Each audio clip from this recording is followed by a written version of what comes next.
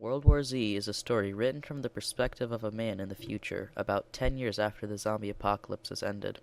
During the zombie war, there were many deaths, but also many survivors. World War Z is comprised of the many interviews our storyteller got from the many people who survived the outbreak. World War Z has no chronological plot, but it tells the disaster story from all points of view. These interviews range from average civilian stories to military stories. Each of the interviews are organized by chapters. Each of the chapters have a different theme. Some examples of chapters are Warnings. This chapter shows the beginning signs leading up to the disaster. Blame. This chapter has details on who the public looked to for a scapegoat during and after the apocalypse. The Great Panic. This chapter has people telling about their first-hand accounts facing the undead. World War Z has appealed to a large age range, starting around young adults and going up to some middle-aged zombie fans. A zombie apocalypse is a ridiculous idea, but the book does a good job keeping a depressing and realistic tone throughout it.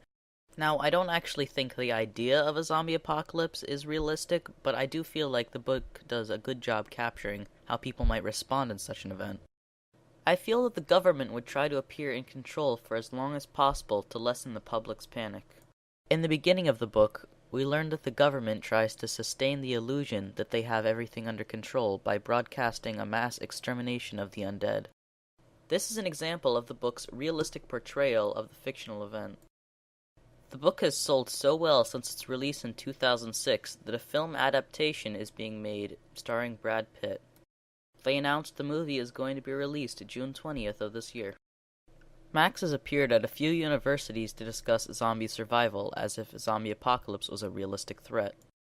These lectures were about an hour long and had time for audience questions. If you're interested in watching one, they're all available on YouTube. World War Z promotes the ability to hear a story from many different points of view so you can create your own conclusion. While you're reading the book, you kind of think about what kind of skills you might need and how you might act in a survival situation, not necessarily even a zombie apocalypse, just in any sort of situation where your life is in danger. Who would you want to be with? Where would you go? How would you prepare?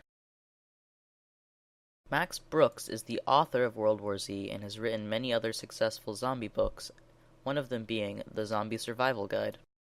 Max Brooks was born in New York City on May 22, 1972. During part of Max's career, he wrote for the popular comedy show Saturday Night Live and is the son of Mel Brooks, who is an actor, film director, screenwriter, comedian, and much more.